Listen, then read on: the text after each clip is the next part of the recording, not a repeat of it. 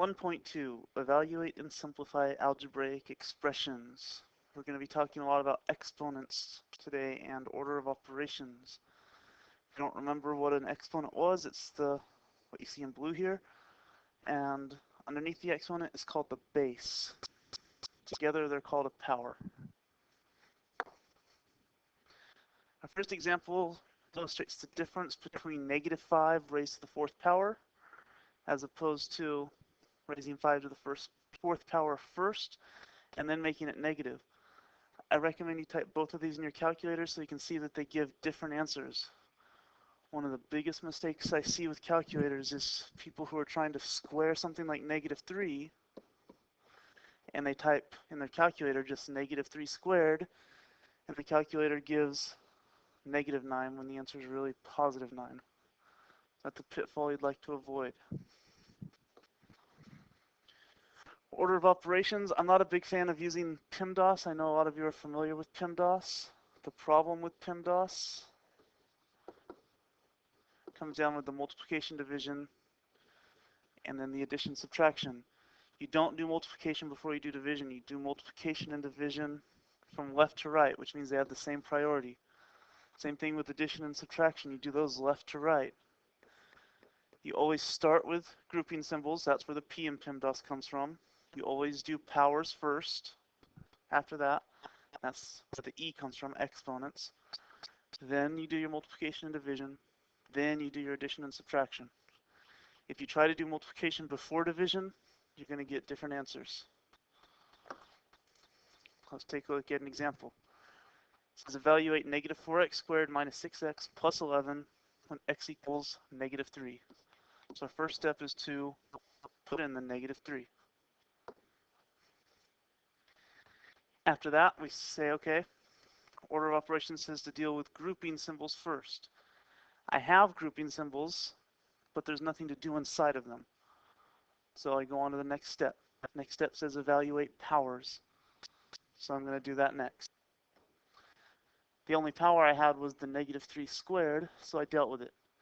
Step 3 in the order of operations says do multiplication and division from left to right. So I'm going to go through and do that. Lastly, we're told to do addition and subtraction from left to right. So I just go -36 plus 18 plus 11. And we're done.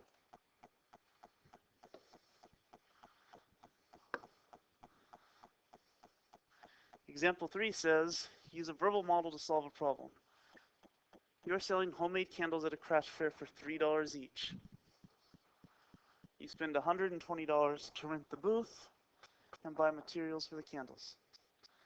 Write an expression that shows your profit from selling C candles. So I'll use a variable, I'll call it P for my profit. I'll use another variable, maybe C, for number of candles sold. It even tells you to use C. Now I'm ready to write an equation that tells me my profit from selling C candles.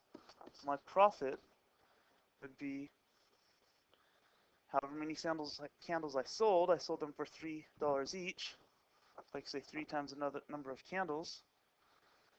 But I had some costs involved in that. That's not my profit, that's how much I sold. To figure out my profit, I need to take away the $120 that I spent to get my materials. So there's my profit for candles, C candles sold. That's like what it's asking in part A here. Part B says, find your profit if you sell 75 candles. So I'm going to plug 75 in for my number of candles. And using the order of operations, you end up seeing that you have $105 in profit.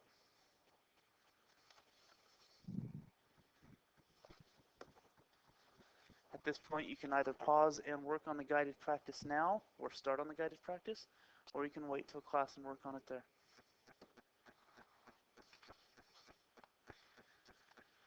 A couple vocab words that we're going to look at now. Coefficients, you can see them all on this page. In red are the coefficients. They're the numbers in front of variables, which brings us to variables. That's the letters you see in an expression.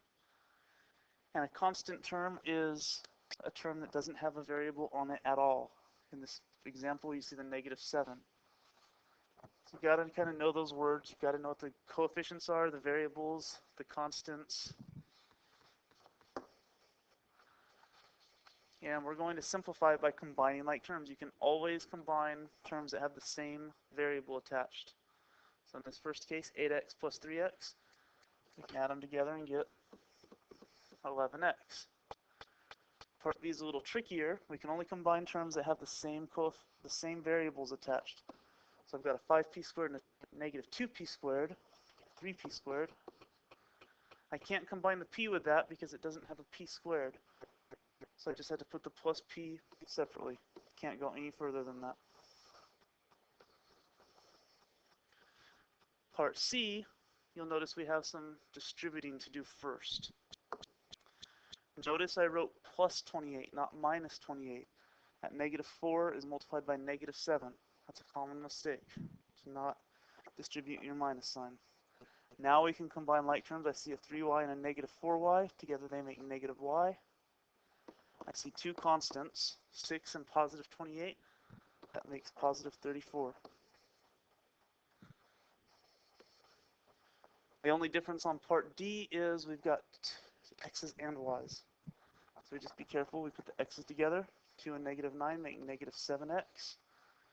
-3 and positive 1y. You can always put that 1 there if it helps you understand it better. -3y and positive 1y make -2y. And we're done.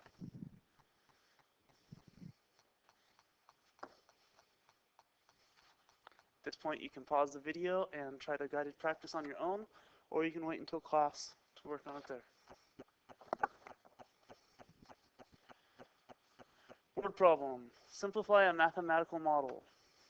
You send 15 digital images to a printing service that charges 80 cents per print in large format and 20 cents per print in small format. Write and simplify an expression that represents the total cost if n of the 15 prints are in large format. I'll write that down now. N equals number of prints in large format.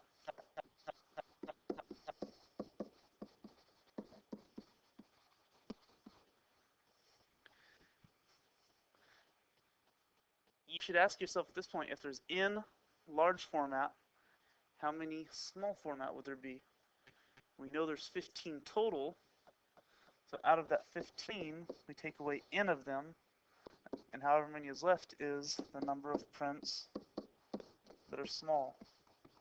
That may or may not come in handy for the problem. Again, we're told to write and simplify an expression that represents the total cost. Better get a variable for total cost. If n of the 15 prints are in large format, then find the total cost if 5 of the 15 prints are in large format. So we've got two problems here. First, we've got to figure out our total cost. It sounds like our total cost is going to be however many pictures are in large format, which is n. We're going to multiply that by how much those prints cost. Up in the problem it says it's 80 cents each. Then we're going to find out how many small prints we want, which is 15 minus n, and those cost 20 cents each. So we've got our formula. Part B, if you want to call it Part B, says find out the cost if there are 5 large prints. All that means is we're going to put 5 everywhere that we see n. So 5 times 0.80 plus 15 minus n becomes 15 minus 5 times 20 cents. Use your order of operations, and you'll see your total cost comes out to be $6 even.